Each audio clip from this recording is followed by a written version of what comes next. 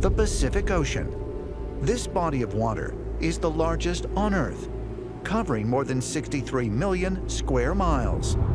Curiously, many ancient peoples living throughout this vast expanse share the same story of a long-lost, sunken civilization, often referred to as Lemuria or Mu. Mu was this huge continent that supposedly existed from Hawaii in the north down to Easter Island in the southeast, right the way across to Micronesia in the west. It thrived perhaps 50,000 years ago and was sunk beneath the waves, possibly at the end of the last ice age. Among the many legends expressed by Polynesians and native Hawaiians, one is that the lost continent of Mu was home to visitors from the Pleiades. We have all kind of connection with the Pleiades, but we call it Napoi Kalani, the people of the heaven. According to our traditions, there were some people got lost. And these who we call the Mu or the Lemuria people you might refer to. They existed at one time and then we lost them, like Louisville City. The Hawaiians believed that the Hawaiian Islands were originally part of Mu. And the belief was that the Pleiadians were the original settlers of Mu. While most mainstream scholars dismiss the stories of Mu as being little more than a fanciful myth, ancient astronaut theorists claim that remnants of Mu can still be found today in the mysterious ruins of Nan Madol. Nan Madol is a huge basalt city that sits on the edge of the island of Pohnpei in Micronesia, in the Pacific Ocean. It's made up of hundreds of thousands, potentially millions of these huge basalt columns. And much of the site is still submerged in the water, suggesting it must have been built many thousands of years ago. Some people actually suggested that maybe Nan Madol was the last remnant of Mu that was still above water.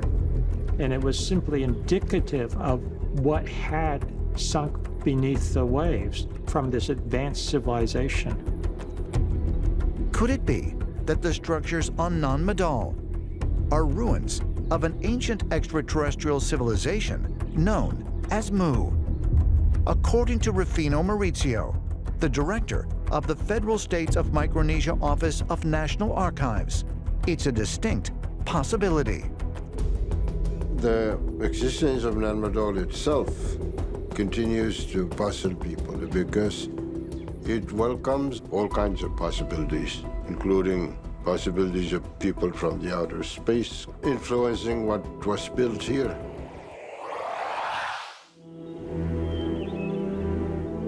Yonaguni Island, Japan, September 1997. Multiple teams of researchers, geologists, and professional divers launch an underwater expedition near the southernmost of the remote Ryukyu Islands. They are there to investigate a mysterious stone configuration known as the Yonaguni Pyramid. Less than 100 feet below the surface, the divers come across rock formations, including pillars, wedges, platforms, and giant steps that appear to be carved out of the bedrock. The Yonaguni monument has been altered by carving, and it has been very carefully carved into megaliths, platforms, stairways. The only problem is that it's built for giants. The stairs are immense. So who built this monument? And what cataclysmic events sent it to the bottom of the sea? There are all these different cuts that seem to be of artificial origin and not of a natural origin, because it's too precise. Was the Yonaguni artificially altered at a time when the water levels of the oceans were lower? We know that this happened at some point during the last ice age, which was 14,000 years ago. Now, we have to remember that at the end of the last ice age, sea levels were as much as 300 plus feet lower than they are today. So at that time, this structure would have been above sea level. It would have been, at that time, dry land. Could the massive underwater structure, known as Yonaguni, really be the remnants of an advanced civilization that existed here on Earth more than 10,000 years ago? Ancient astronaut theorists say yes, and claim that further evidence can be found in Polynesian stories of a long-lost continent called Mu. The Yonaguni Monument may represent the remains of a trans-Pacific civilization that the Polynesians call Mu. There is evidence throughout Polynesia for an ancient megalithic civilization. There are similar ruins off the coast of Ponape. The ruins are partially submerged. This lost continent of Mu was in the middle of the Pacific Ocean, and it encompassed Hawaii and Tahiti, Tonga and Samoa, and even Easter Island were all part of this lost continent of Mu.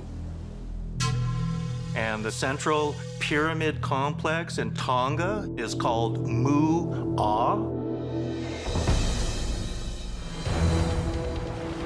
While most conventional scholars dismiss the story of Mu as being mythology, ancient astronaut theorists suggest an enormous new discovery in Southeast Asia could provide irrefutable evidence that this lost civilization did, in fact, exist.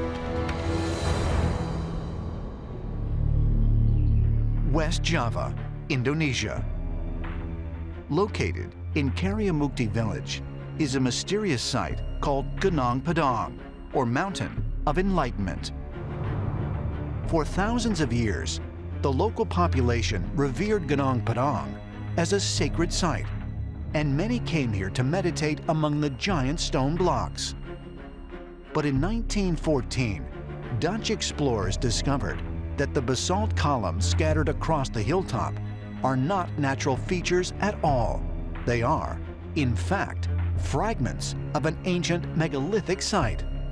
A century later, in 2013, the Indonesian government sponsored an excavation to see if anything was hidden beneath the layers of dirt and rubble.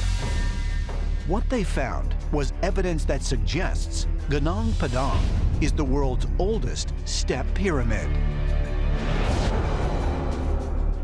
Gunung Padang is probably the most remarkable megalithic structure in the whole of Southeast Asia. And what it consists of is a hillside on the top of which are a series of terraces on which are structures made from basaltic pillars and other types of structure. But what is really important is the age of it. It has been analyzed by Indonesian geologists, and he seemed to have very good data from boreholes, from radiocarbon analysis, from seismic sections, as I've done around the Great Sphinx, that this site goes back an incredible 20,000 or so years, maybe slightly more than that. According to geologists, 20,000 years ago, Java, where Gunung Padang is located, was not an isolated island, but the southernmost part of a subcontinent known as Sundaland. This has led some researchers to speculate that Gunung Padang, with its high elevation, could have been at the pinnacle of a civilization that disappeared sometime around 10,000 BC. When melting ice caps flooded the region and turned it into the series of islands it is today. The compelling suggestion is that there was some sort of civilization here before this flood took place, that they built this with advanced technology, and therefore they were extraterrestrial visitors to the Earth. And that's why archaeologists are not finding the evidence that we would normally expect to see, showing a geometric progression of technology leading up to the ability to build a gigantic pyramid. well over 12,000 years ago.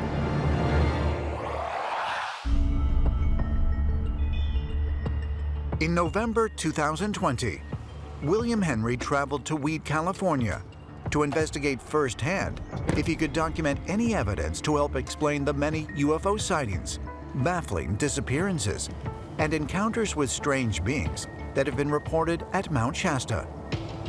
And also to explore the incredible notion that the mountain might actually contain a portal through space and time. Hi, Dustin. I'm William Henry. Hi, William. Glad to meet you. Local author Dustin Neff has spent years investigating the mysteries of Mount Shasta. One story that I think I'm most excited and interested in is these light beings that are also described as living within Mount Shasta. Can we now tie that into Mu or Lemuria? Yeah, there's a lot of, supporting evidence, and I think there's something to the stories. Lemuria is a civilization that was quite an advanced civilization for its time, and it existed somewhere off the Pacific coast of North America. The existence of a lost continent named Lemuria was first proposed by zoologist Philip Sclater in 1864. Curiously, this theory is corroborated by the ancient oral traditions of the native Hawaiian people, which say that the Pacific islands of the region were once part of a giant continent, one that was home to a highly advanced, otherworldly civilization. We do know that there are some people got lost, and this is what we call the Mu or the Lemuria people you might refer to. They existed at one time, and then we lost them under the ocean.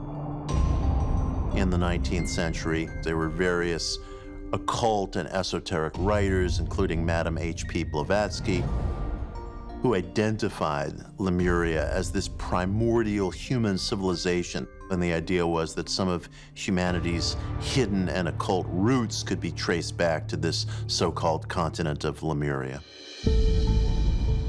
Mount Shasta ties in to the idea of the lost continent of Lemuria. They were thought to be very technologically advanced ancestors, maybe gods, maybe extraterrestrials.